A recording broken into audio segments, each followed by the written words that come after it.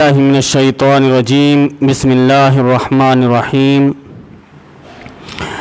ان الذین توفاهم الملائکۃ ظالمی انفسهم قالوا فیما کنتم قالوا كنا مستضعفین فی الارض قالوا الم تکن ارض اللہ واسعة فتہاجروا فیها فاولئک مأواهم جہنم وساءت مصیرا إلا المستضعفين من الرجال والنساء والولدان لا يستطيعون حيلة ولا يهتدون سبيلا فأولئك عسى الله أن يعفو عنهم وكان الله عفوا غفورا ومن يهاجر في سبيل الله يجد في الأرض مراغما كثيرا وسعة ومن يخرج من بيته مهاجرا إلى الله ورسوله ثم يدركه الموت فقد وقع أجره على الله وكان الله غفورا رحيما صدق اللہ العظیم۔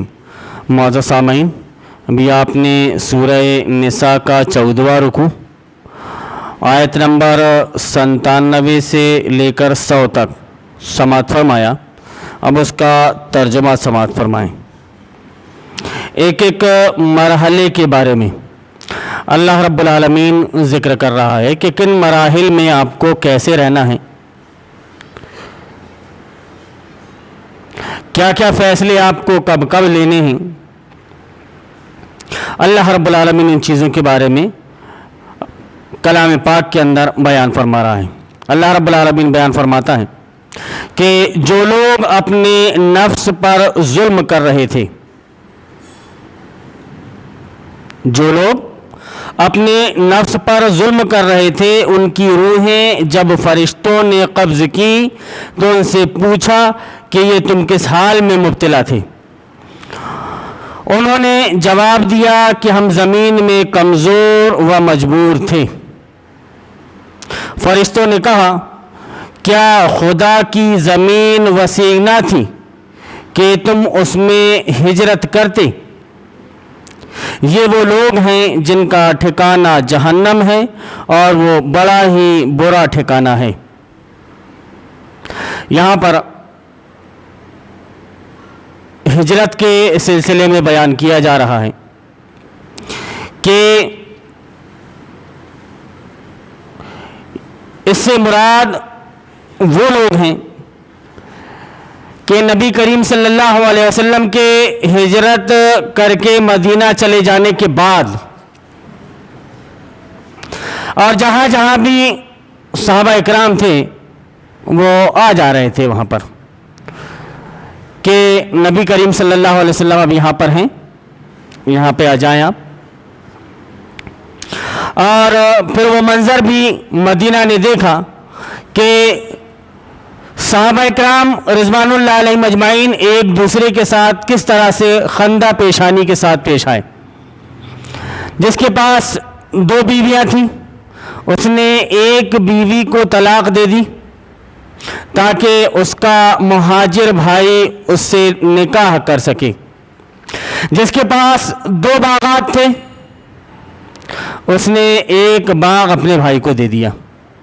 کیوں کہ اب آدمی ہجرت کر کے آ رہا ہے تو اپنا سب کچھ اللہ کی راہ میں قربان کر کے آ رہا ہے۔ یہاں تک کہ ایسے ایسے واقعات بھی ملتے ہیں کہ صحابہ اکرام رضوان اللہ علیہم اجمعین بہت غنی اور بہت مالدار تھے، لیکن جب وہ ہجرت کرنے کے لیے نکلے تو ان سے کہا گیا کہ یہ سب کچھ ہمارا ہے، اس کو چھوڑ دو۔ تو ساری چیزوں کو انہوں نے چھوڑ دیا اور اللہ واسطے ساری چیزوں کو قربان کر کے وہ ہجرت کر کے مدینہ تشریف لے آئے۔ کچھ ایسے بھی تھے کہ جن کے اندر تھوڑا بہت نفاق تھا، یہ کہہ لیجیے آپ، اور وہ اپنی دنیاوی آسائش کے لیے سے وہاں پر رکے ہوئے تھے کہ ہماری زندگی جو ہے اچھی طرح سے گزر رہی ہے, ہماری زندگی اچھی طرح سے کٹ رہی ہے, اب ہم ہجرت کر کے کیوں جائیں, ہجرت کر کے کیوں جائیں. تو جن لوگوں کے دلوں میں یہ خیالات تھے تو گویا ان کا معاملہ یہ تھا, تو نہ تو وہ مکمل مسلمان کی حیثیت سے تھے نہ مکمل کافر کی حیثیت سے, کمپلیٹ ان کا کچھ بھی نہیں تھا, لیکن اپنے آپ کو خوش و خرم رکھنے کے لیے وہ یہ کام انجام دے رہے تھے. تو اللہ رب العالمین نے یہ آیت نازل فرمائی کہ جو لوگ اپنے نفس پر ظلم کر رہے تھے ان کی روحیں جب فرشتوں نے قبض کی تو ان سے پوچھا گیا کہ یہ تم کس حال میں مبتلا تھے, بھئی یہاں پر کیسے؟ انہوں نے جواب دیا کہ ہم زمین میں کمزور و مجبور تھے, ہم کمزور پڑ گئے تھے, ہم مجبور پڑ گئے تھے. حالانکہ اللہ رب العالمین جب یہ آیت نازل فرما رہا ہے تو کیا وہ یہ نہیں جانتا کہ کہاں پر کون مجبور ہے, کہاں پر کون کمزور پڑ گیا ہے؟ اللہ رب العالمین بہت اچھی طریقے سے جانتا تھا. انہ علیم بذات الصدور, وہ دلوں کے بھید سے تک واقف ہیں. لیکن اس طرح کے جو لوگ تھے تو ان کے بارے میں اللہ رب العالمین نے فرمایا کہ انہوں نے جواب دیا کہ ہم زمین میں کمزور و مجبور تھے. فرشتوں نے کیا کہا, کیا خدا کی زمین وسیع نہ تھی؟ کیا خدا کی زمین وسیع نہ تھی کہ تم اس میں ہجرت کرتے, ہجرت کر کے تم چلے جاتے؟ تمہارے پاس اتنی طاقت تھی, اتنی قوت تھی کہ تم ہجرت کر سکتے تھے, لیکن اس کے بعد بھی تم نے یہ نہیں کیا. تو یہ وہ لوگ ہیں جن کا ٹھکانہ جہنم ہے اور وہ بڑا ہی برا ٹھکانہ ہے. گویا یہ سمجھ میں آیا کہ ہمارا نفس اپنے حساب سے بذات خود کچھ نہیں ہے, سب اسلام کے بیس پر ہے, اسلام کی وجہ سے. اسلام آپ کو جو حکم دے رہا ہے چپ چاپ آپ وہ عمل کر گزریے. اگر آپ وہ عمل نہیں کر رہے ہیں اور کسی کی مخالفت میں کیا کوئی اگر ایسا کہہ رہا ہے تو ہم ایسا نہیں کریں گے, ڈٹ کر کے وہی چیز کریں گے جس چیز کے بارے میں روکا جا رہا ہے. تو ایسے میں وہ کسی آدمی کی مخالفت نہیں بلکہ وہ اسلام کی مخالفت کر رہا ہے.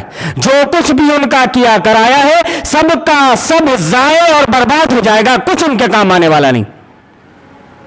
اللہ رب العالمین نے بیان فرمایا یہ وہ لوگ ہیں جن کا ٹھکانہ جہنم ہے اور وہ بڑا ہی برا ٹھکانہ ہے. اب یہاں پہ اللہ رب العالمین نے آگے ان لوگوں کے بارے میں بھی ذکر فرما دیا کہ ہاں جو مرد عورتیں اور بچے واقعی بے بس ہیں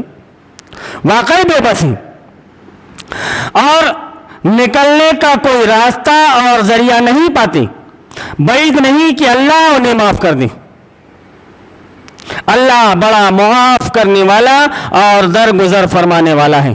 اللہ رب العالمین جانتا ہے, جیسا کہ میں نے پہلے ذکر کیا کہ اللہ رب العالمین دلوں کے بھید سے تک واقف ہے. وہ جانتا ہے اچھی طریقے سے کہ کون ہے اور کیا عمل کر رہا ہے, کس کے دل میں کون سا چور چھپا ہوا ہے. آپ اپنے دل میں کچھ چور چھپا کر اللہ رب العالمین کو بدھو نہیں بنا سکتے. تم یہ نہیں سمجھ سکتے کہ ہم نے ایسا کر لیا تو لوگوں کو ہم نے سمجھا بجھا دیا, گویا اب ہمارا جو کام تھا وہ ہو گیا. بلکہ ایسا نہیں, اللہ رب العالمین جان رہا ہے. تم ہوشیاری اللہ رب العالمین سے نہیں دکھا سکتے کیونکہ اسی نے تم کو پیدا کیا ایک حقیر قطرے سے پیدا کیا. ایک پل تمہارا دل جو دھڑک رہا ہے اللہ رب العالمین جانتا ہے کہ وہ کس پل دھڑک رہا ہے, کس طرف اس کا رجحان ہے, وہ کس طرف جا رہا ہے. اللہ رب العالمین اچھی طریقے سے جانتا ہے. لیکن تمہارا حال یہ ہے کہ تم اللہ رب العالمین اور نبی صلی اللہ علیہ وسلم کو دھوکہ دے رہے ہو. یخادعون اللہ والذین آمنوا وما یخدعون الا انفسهم وما یشعرون, کہ وہ اپنے آپ کو دھوکہ دے رہے ہیں. جب ساری استطاعت ان کے اندر تھی تو انہوں نے ہجرت کیوں نہ کی. آگے اللہ رب العالمین بیان فرما رہا ہے کہ ہاں جو مرد عورتیں اور بچے واقعی بے بس ہیں اور نکلنے کا کوئی راستہ اور ذریعہ نہیں پاتے, بعید نہیں کہ اللہ انہیں معاف فرما دے. اللہ بڑا معاف کرنے والا اور درگزر فرمانے والا ہے. جو کوئی اللہ کی راہ میں ہجرت کرے گا وہ زمین میں پناہ لینے کے لیے بہت جگہ اور بسر اوقات کے لیے بڑی گنجائش پائے گا. زندگی گزارنے کے لیے, وقت گزارنے کے لیے, پالن پوشن کے لیے وہ بہت گنجائش پائے گا, لیکن شرط یہ ہے کہ وہ اللہ واسطے کچھ قدم اٹھائے بھی تو, لیکن وہ اللہ واسطے کوئی قدم اٹھانے کے لیے تیار نہیں ہے اور وہ یہ چاہتا ہے کہ اس کا پھل اسے مل جائے, تو اس کا پھل اسے ویسے ہی نہیں ملے گا. جو کمزور ہیں اور حقیقی معنوں میں کمزور ہیں تو اللہ رب العالمین اس کے بارے میں جان رہا ہے کہ یہ کمزور ہیں. آگے اللہ رب العالمین بیان فرما رہا ہے کہ اور جو اپنے گھر سے اللہ اور رسول کی طرف ہجرت کے لیے نکلے, پھر راستے ہی میں اسے موت آ جائے, اس کا اجر اللہ کے ذمے واجب ہو گیا. اللہ بہت بخشش فرمانے والا اور رحیم ہے. کہ ایک آدمی وہ ہے کہ جو اللہ کے راستے میں نکلا, ہجرت کر کے نکل گیا وہ, لیکن کسی وجہ سے وہ نہیں پہنچ سکا, راستے ہی میں اس کا انتقال ہو گیا. حافظ ابن کثیر رحمۃ اللہ علیہ نے ایک صحابی کا ذکر کیا ہے کہ وہ ہجرت کے لیے نکلے اور راستے میں ان کو سانپ نے ڈس لیا, جس کی وجہ سے ان کا انتقال ہو گیا. ایک دوسرے صحابی جو جانتے تھے کہ یہ بھی آ رہے ہیں, وہ انتظار ہی کرتے رہے ان کا, اور جیسے ہی ان کے متعلق ان کو خبر ملی کہ ایسا معاملہ ہے, جب یہ چیز نبی کریم صلی اللہ علیہ وسلم کے پاس میں پہنچی تو اللہ رب العالمین نے بیان فرمایا کہ جو اپنے گھر سے اللہ اور اس کے رسول کی طرف ہجرت کے لیے نکلے, پھر راستے میں اسے موت آ جائے تو اس کا اجر اللہ کے ذمے ہے. اب اس کی نیت, انما الاعمال بالنیات, بخاری شریف میں ایک حدیث کہ انما الاعمال بالنیات وانما لکل امرئ ما نوى فمن كانت هجرته لدنیا او امرات یتزوجها,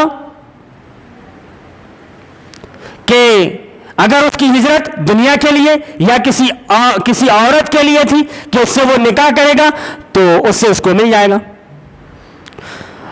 اور جس کی ہجرت اللہ اور اس کے رسول کے لیے تھی تو اس کی ہجرت اللہ اور اس کے رسول کے لیے. تو اعمال کا دار و مدار پوری طرح سے اس کی نیت پر ہے. ایک واقعہ بھی انہوں نے ذکر کیا ہے کہ بہت مشہور واقعہ ہے کہ ایک نے 99 آدمیوں کا قتل کیا, پھر 100ویں آدمی کے پاس میں پہنچا, اس کے دل میں کچھ آیا کہ میں معافی مانگ لوں. کسی عابد کے پاس میں پہنچا, وہ عابد زاہد کے پاس میں, اس نے کہا کہ اب تم نے 99 قتل کر لیا, تمہاری معافی کیا ہوگی؟ اس کا بھی سر قلم کر دیا, اور پھر اس کے بعد میں چل پڑا. پھر کسی عالم نے اس کو کہا کہ تم پلٹ آئے ہو اللہ کی طرف, اللہ تمہیں معاف فرما دے گا, یہ بستی کافروں کی, اللہ کے نافرمان بندوں کی, تم اس بستی کو چھوڑو اور فلانی بستی میں اللہ کے مومن بندے رہتے ہیں, تم وہاں پر چلے جاؤ. تو بس وہ چلا اس طرف, مومنوں کی بستی کی طرف, تو راستے میں اس کا انتقال ہو گیا, بالکل سینٹر میں. اب ادھر جائے کہ ادھر جائے, دونوں فرشتے پہنچ گئے, ایک بدی والے فرشتے بھی اور ایک نیکی والے فرشتے بھی. تو طے یہ پایا کہ جس زمین سے یہ زیادہ قریب ہوگا وہ فرشتے اس کی روح قبض کر کے اور لے جائیں گے, اس کی روح کو وہ لے کر کے جائیں گے. حافظ ابن کثیر رحمۃ اللہ علیہ نے یہ ذکر کیا ہے کہ کچھ مفسرین نے یہ بھی بیان کیا کہ جیسے وہ گرا تو گرنے کے بعد میں وہ گھسٹتے ہوئے نیک لوگوں کی بستی کی طرف بڑھا.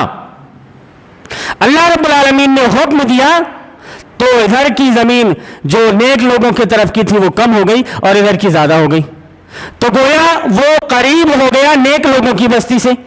اللہ رب العالمین کے حکم سے اس طرح سے ہوا. پھر نیک فرشتوں نے, جو نیکی کے فرشتے تھے, جو اچھے فرشتے تھے, انہوں نے اس کی روح قبض کی اور اس کو لے کر کے چلے گئے.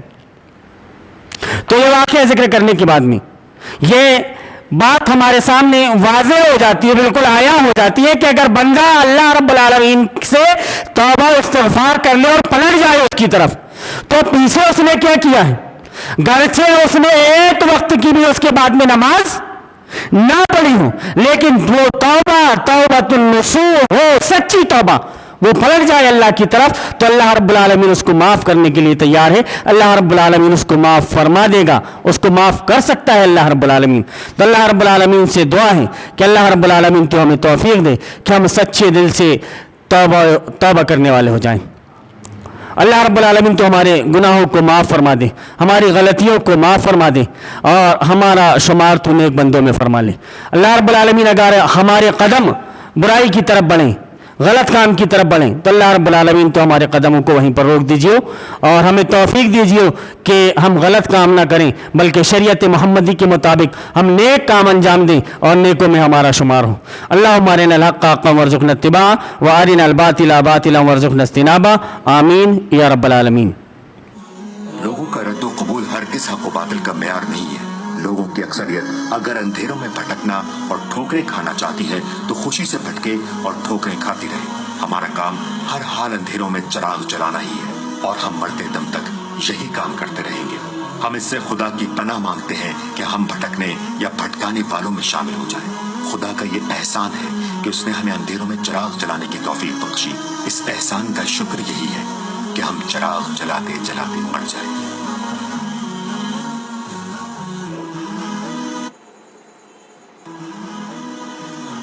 یہ شریعت بزدلوں اور نامردوں کے لیے نہیں اتری ہے, نفس کے بندوں اور دنیا کے غلاموں کے لیے نہیں اتری ہے. ہوا کے رخ پر اڑنے والے خس و خاشاک اور پانی کے بہاؤ پر بہنے والے حشرات الارض اور ہر رنگ میں رنگ جانے والے بے رنگوں کے لیے نہیں اتری ہے. یہ ان بہادر شیروں کے لیے اتری ہے جو ہوا کا رخ بدل دینے کا عزم رکھتے ہوں, جو دریا کی روانی سے لڑنے اور اس کے بہاؤ کو پھیر دینے کی ہمت رکھتے ہوں.